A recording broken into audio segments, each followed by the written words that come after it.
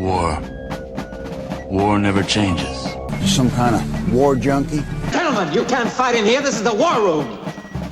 Welcome to the War 102 podcast, where we explore the doctrine, theory, philosophy, and history of warfare.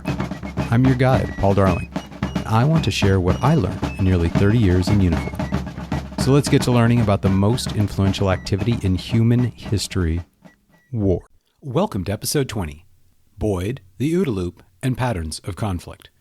Yet again, I find myself having to analyze another attempted assassination of Donald Trump, thus interrupting my otherwise academic discussion.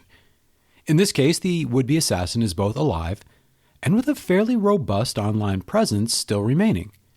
And while the previous assassin's motivation will remain unclear, outside of a desire to murder the former president, here we can say with quite a bit of clarity that the most recent attempt at assassinating Donald Trump was, in fact, terrorism. We must assume at the moment lone wolf terrorism, but it was an act of violence against a protected person for political objectives. So the discussion is far more succinct, as it is almost pure act of terrorism from a definitional perspective at least. How the various political entities will respond to this fact is yet to be seen. Which awkwardly brings us to today's subject, the OODA Loop. OODA is not a soccer chant, but rather an acronym for a four-step process of decision-making when engaged in competition. It is a cyclical process, starting with observe, then orient, decide, and act, created by Colonel John Boyd, first with his experience as a fighter pilot and instructor at Nellis Air Force Base, and expanding the concept later to tactics and operational level combat. First, a little about Colonel Boyd. As noted, he was a fighter pilot. While he did deploy to Korea near the end of the war and flew 24 missions, he never engaged in actual air-to-air combat. He went to the U.S. Air Force's Fighter Weapons School at Nellis Air Force Base after Korea, where he graduated at the top of his class and remained as an instructor for several years. It was here his reputation as an outstanding fighter pilot, despite no direct combat experience, was cemented, and the concept of the OODA Loop was first conceived. Here the terms are quite literal. Observe is self-evident. Look around, see what is going on, know your current situation, speed, altitude, enemy's location. Orient is, at its most basic, a product of the aerial environment. Where is your ground? What is the aircraft's attitude? Where is your aircraft in relation to the ground? Are you climbing, diving, inverted, turning? Where are you relative to the earth as well as your enemy? Having acquired the situation, you then move to decide. One might think you could skip orientation and move from observe to decide. However, adjusting the raw information outside the relative nature of the environment, you and your enemy, must be a separate act, almost a digestion of data into Sun Tzu's demand that you know yourself, your enemy, and your terrain. How fast you are going is not nearly as important as combining that knowledge with your altitude relative to the ground and as compared to your opponent. Much as intelligence is information analyzed, so too is the orient phase the analytics of your observations. Then, based upon your inherently imperfect analysis of the situation, you decide upon the course of action available and move on to act, do something. After which, you start over again, hence the term loop. This is an iterative process, repeated until the conflict is over. As a fighter pilot instructor, Boyd taught his students and then competed against them in mock dogfights. He quickly saw how less experienced pilots took longer to go through these steps. Boyd quickly knew what his opponent would do, often before they did. Having taught them how to respond to various inputs and environments, and having engaged in thousands of iterations of essentially the same dogfight, and with more experience in his aircraft than his students had in theirs, Boyd's advantage was effectively insurmountable. No matter who initiated the fight, Boyd quickly seized the initiative due to his ability to run through the OODA Loop correctly faster than his students, who took longer at each step. Having seized the initiative, the fight was on Boyd's terms and, as he boasted, he could beat any pilot in 40 seconds. So the formation of the OODA Loop was initially a means to codify a thought process for split-second combat actions, an almost instinctual pattern of if-then human programming that, through training and practice, gave the better-trained pilot a decisive advantage over his enemy. But the application, though born in air-to-air combat, soon saw applications far exceeding this initial scope. Within sports, the OODA Loop is likewise quite valuable. In wrestling or any other grappling sport, it is incredibly useful. Each hold or move has a counter, and that counter a follow-on response. Whoever initiates the particular move starts the loop, and, assuming similar strengths and fitness levels, whoever executes properly and more quickly the correct counters will win the match. If someone is particularly adept and experienced at whatever the competition is, they can often be lured into skipping some of the steps. Maybe 9 times out of 10, an opponent will respond exactly as predicted, so one may be tempted to skip the orient and observe steps and go from act to decide and act again, based upon previous knowledge and predicted responses of your enemy. Professionals are predictable, but be forewarned, the world is full of amateurs.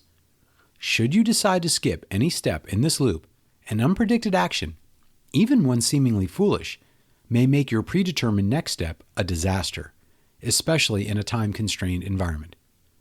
And a good example of this happened recently, as arguably the greatest chess champion in history, Magnus Carlsen lost in a bullet chess match online. Chess is a fantastic example of the OODA Loop in action, especially when in the time-constrained environment. For those unfamiliar with chess, bullet is a variation where you only have 1 minute of total time to make all your moves. If you run out of time, even if winning, you lose the match. As a chess match can often take 100 moves, this obviously makes split-second decision-making critical. Carlsen is a world champion in this and every other chess variation. With online chess matches, you can pre-move, which means you set your move even before your opponent has taken their turn. In bullet chess, with highly scripted openings, this is an incredibly common tactic to retain time for the more creative and chaotic middle and end games.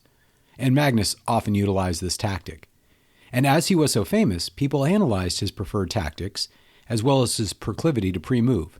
And an inferior opponent, although in all due credit still a grandmaster named David Paravian, checkmated Carlsen in only 8 moves and in less than 7 seconds.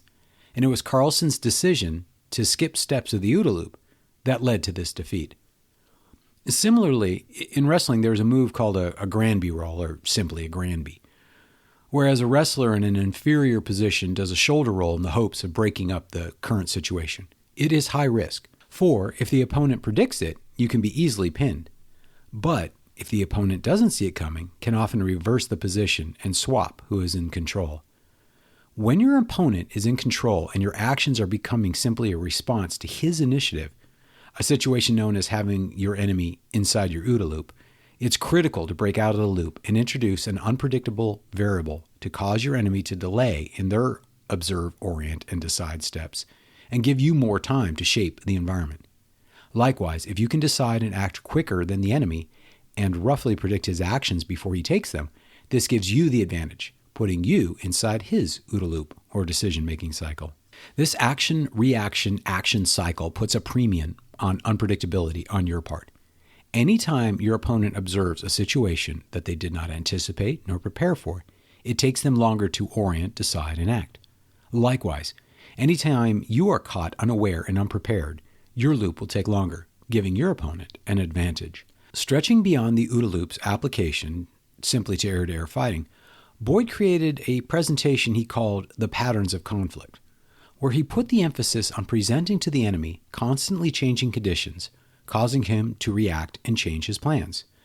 This was focused, rightly, on the Soviet Union, known for its highly predictive and regimented tactics and operational concepts. Boyd sought to capitalize on the fact that the Soviets had an inherently slow OODA cycle due to their very centralized decision-making, and that when presented with a dynamic enemy, would grind to indecisive ineffectiveness. This concept saw a far warmer reception with the ground forces than it did with the Air Force, still slave to its centralized air power doctrine.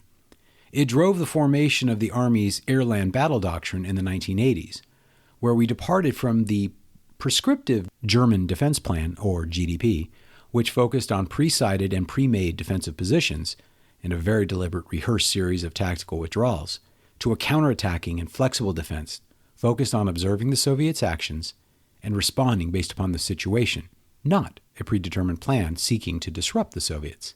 It utilized the tradition of a more decentralized American command and control, as well as superior training, equipment, and communications to overcome the Soviet advantage in numbers.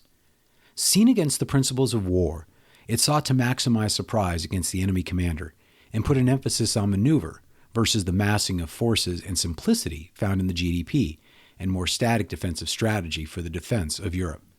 With the Soviets dependent upon highly detailed and relatively inflexible plans, it sought to attack the plan by presenting unpredictable conditions, forcing an abandonment of that plan and forcing the otherwise inflexible Soviets to adapt on the fly or die. While we can't say how well the Boyd-inspired air-land battle doctrine would have fared against the Warsaw Pact, we did see how it performed against the Soviet-modeled Iraqi army in 1991. Although retired, Boyd was brought in to consult on the formation of the ground attack plan for Operation Desert Storm. You can also see how B.H. Liddell's Hart indirect approach ties into Boyd's preferred concept of battle, both focusing on surprise and maneuver to unbalance the enemy commander and force them to adapt to an unforeseen situation. The OODA Loop's utilization has expanded to business and shoehorned into operational and even strategic considerations. The problem with these attempts is OODA is a loop tied to time and tempo. In business and elsewhere, time is not measured in seconds, as the original formulation of the OODA Loop demanded.